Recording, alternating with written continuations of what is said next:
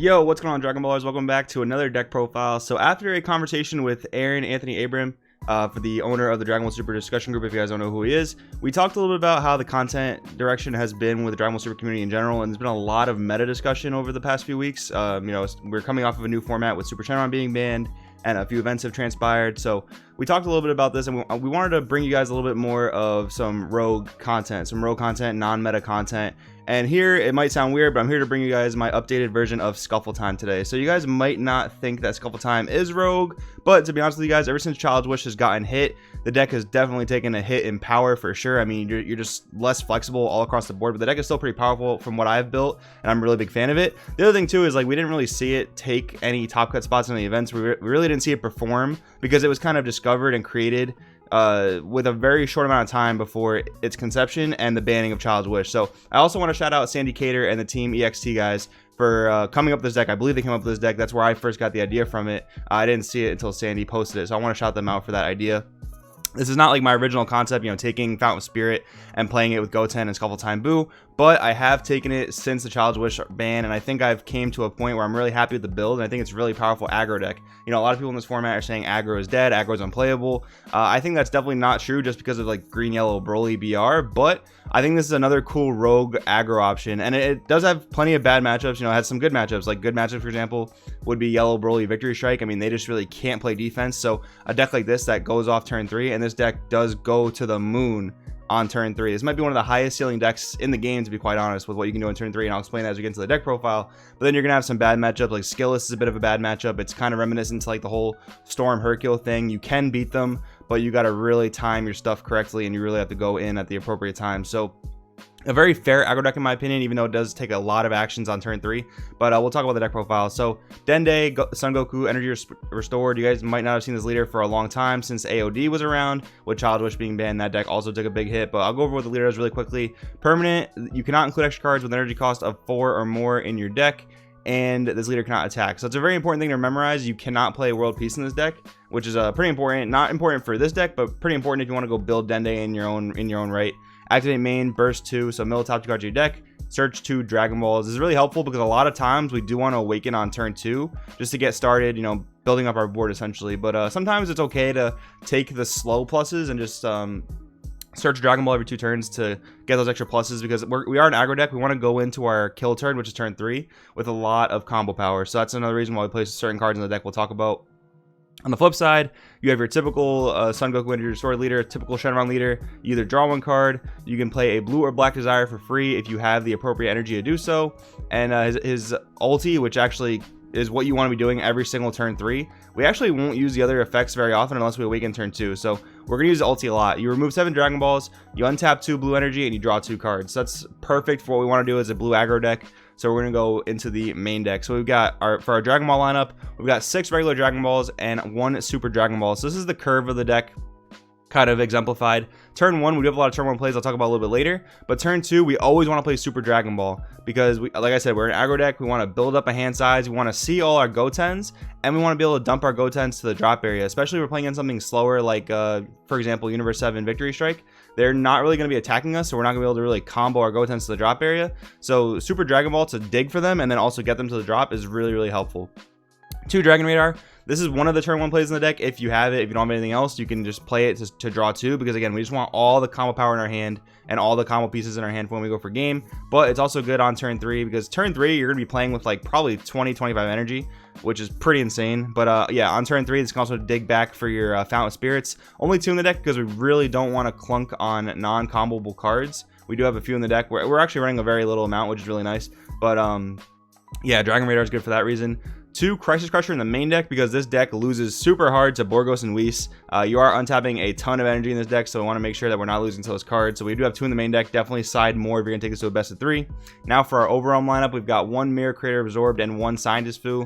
This could be 2 Scientist Fu if you want. This could be 2 Mirror if you want. 2 Mirror might be a bit better. But I do like the flexibility because in some matchups, like Skillless for example, you're going to be spending a lot of cards to go in and try and force them down to 2 for the Mirror. So the Scientist Fu putting them to 2 and then for the following turn trying to come up with a Mirror is really, really helpful. So I like this split right now. You can definitely mess around with it if you would like to, but I wouldn't play anything like the Supreme Kai Lights Guide or anything like that. You need to be playing big beefy overwhelms in order to try and push damage through. So Next up, we've got our 4 Senzu Bean. This is an aggro deck. You're mostly going to be using this offensively. You're not going to be dealing in the face of too many aggro decks defensively. So you really want to hoard these all for offense. You never really want to charge this. This is a blue card you don't want to charge. A blue card you can be okay charging is definitely Dimension Magic. It's a 2 of negate that I think is okay for an aggro deck. You definitely don't need 4. 3 is questionable if you feel like you need it. Sometimes it's nice to protect your board and also self-awaken, because in a lot of times, some control decks, they're going to try and clear your board and not give you cards off your life. So if you can Sparking to save one of your battle cards while getting a card back off your life, that can be pretty beneficial. But this is a card you can definitely charge, no problem. It's just kind of there for the safety reasons, right? Fountain of Spirit, this is essentially the dumbed down Child's Wish of the deck. So if you guys don't know what it does, permanent, it is Desire in all areas. If your leader card is a blue Shenron card, choose one blue sand card in your drop area with 15,000 power or less and an energy cost of 2 or less and play it. If you do, place the top card of your deck under the card you play with this skill. So sometimes that can screw you, which is why there's a little bit of a drawback to this card compared to Child's Wish. Like, you know, sometimes I'm playing this deck and I'll put a Senzu Bean under my Goten, or I'll put a Champa under my Goten, or I'll put like the Mirror Creator Absorbed under the Goten, and that's really doesn't feel good. But I mean, when you're playing with stuff for free, essentially there has to be some type of drawback, right? And it's a fine drawback. Normally you're not gonna be putting anything crazy under the cards, but sometimes it does happen, so you know. But this is basically a Child's Wish of the deck. And in this deck you actually have a ton of targets, which is really good. So we've got the obviously the Goten, that's our main target of this card we want to bring back. We've got the Unyielding Spirit Trunks, which is also a target to bring back off a Fount, which is really nifty. If you just have an extra Fount that you know you're not going to summon a Goten with, you can bring out the Unyielding to keep extending your plays. And then you can also bring out your super combo, the Great Saiyaman Town Hero, which is pretty busted as well. Sometimes you draw so much in this deck. This deck is very reminiscent of Super Shenron, where you pretty much draw through your entire deck. However, it's not as impressive as Super Shenron, but you do get that much draw power. You see so much of your deck that sometimes you're going to be like very close to decking out. So sometimes you need to just bring back the Great Saiyaman and attack with it, because it is a 15k beater. That's the one pro to playing this over the Gotenks super combo, is that he is a 15k beater, so that's really solid. Next up, we have the main engine of the deck, Scuffle Time Mr. Boo and Scuffle Time Sun Goten. So this is where the main aggro comes from. But the interesting thing is that you're not always going to be playing Scuffle Time Boo on turn 1. Honestly, if you can start turn 1 with the yellow and start digging through your deck with the cards we'll talk about in a little bit, it's actually a little bit better. But you can actually play this guy on turn 3 and start doing all of your insane Goten plays, because with the amount of untapping, you've got Goten, you've got Senzu Bean, you've got Unyielding Spirit Trunks, you've got just free plays with Fountain of Spirit, and your leader ulti on top of that. Like I said before, you're probably going to be playing on your turn 3 with like 20 to 25 energy, which is pretty insane to think about. So playing your Boo on 3 and then going off from there, you know, playing a Fount to get a Goten, and then you're just going to use your Goten to untap energy, you have Senzu Bean to untap energy. All those plays make playing Boo on 3 perfectly fine. But if you just don't have the hand for it, if you don't have a very yellow hand, you can just start turn 1, charge a blue, play the Scuffle Time Boo, and pass, right? Most decks aren't going to be able to answer it unless you're playing against Red Gogeta. So against something like Red Gogeta, where they have the Vegeta that can decrease barriers by 5,000, you really are going to want to probably play this on turn 3 and then go off. You're not going to want to let it sit on the board. So that's a little bit of a meta tip for you if you play Red Gogeta BR. The other thing too is, sometimes when you get very close to decking out and you're like kind of done with your Goten aggro, you're trying to go in with your Overwhelms, trying to go in with your Vegeta 4-drops, which I'll talk about later. You can actually use a Scuffle Time Boo effect to put him to the bottom of your deck to prevent yourself from decking out, which is pretty it's pretty nifty, to be honest. And a lot of times when I have these turns with tons of extra energy, if I really need to like dig 2 cards deep with like a super combo or a Dragon Radar, I'll just play another Scuffle Time Boo, put it to the bottom of the deck, and put the original Scuffle Time Boo to the bottom of the deck.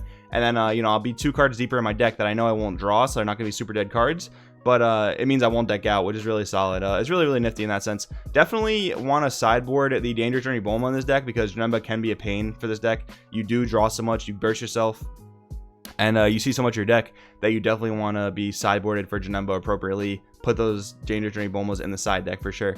Continuing on with the deck, we've got 2 Hidden Power East Supreme Kai. This is one of the ways we finish the deck. We really don't have any inherent double strike except for Scientist Fu. So really on our final swing, we just want to put a Hidden Power East Supreme Kai on it.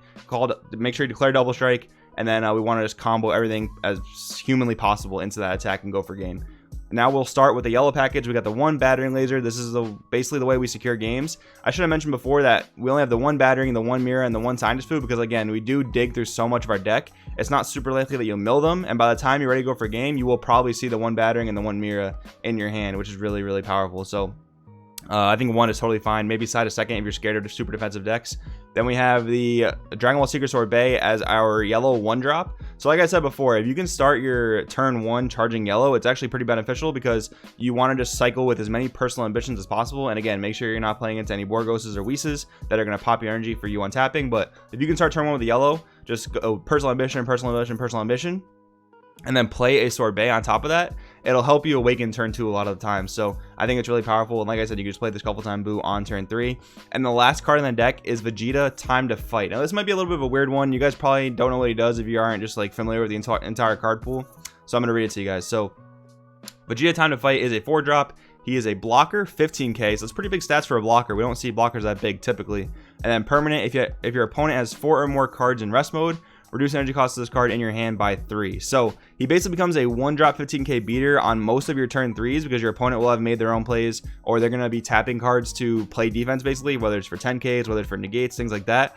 So this guy in my testing has been very, very good as just a 1 energy 15k beat stick. You know, you're playing an aggro deck, you literally just want to vomit your hand onto the board and just swing face all the time. So this guy being a 4 energy 15k beater in my testing has been really good. He's obviously a good yellow energy to charge early game. You don't really want to keep him in your hand turn 1 or anything like that, but if you draw into them later, like I said, you're playing this turn 3 with like 25 energy, which is insane. So you definitely want to just have extra free beaters, and a 1 cost 15k yellow gives you a good way to use that yellow if you don't have the battering, or if you're going to be able to untap for the battering with like a Sensu Bean or Unyielding, things like that. There's more bodies on the board, and we try and mitigate that issue of just vomiting your hand onto the board by all the extra draw power, right? The Dragon Radars, the Super Dragon Balls, the Scientist Foos, things like that. So overall, this deck is really, really powerful in my opinion. But again, it is more of a rogue deck because you do have tons of bad matchups, you do have tons of good matchups. So, you know, Skillless being a rougher matchup because it's very defensive, but then something like Broly Victory Strike, this deck will tear up. So if you're just really going to locals and hating Victory Strike, you should actually give this deck a shot, and I think you'll do really well with it. But guys, I hope you guys enjoyed this deck profile. I'm going to be posting a poll probably on the Dragon Ball Super community group asking what non-meta decks you guys want to see, what non-meta leaders you guys want me to explore, and then I might start bringing those to the channel like maybe every Friday. You know, let me know if you guys like that idea. I hope you guys did enjoy this video. Let me know what you guys think about the deck in the comments below, any changes you would make. Thanks for watching. I'll see you guys next time. Alright, now that you guys finished watching that video, they should have never banned fucking Child's Wish. They shouldn't. Super Shadow was the best deck in the game. Super Shadow was the best!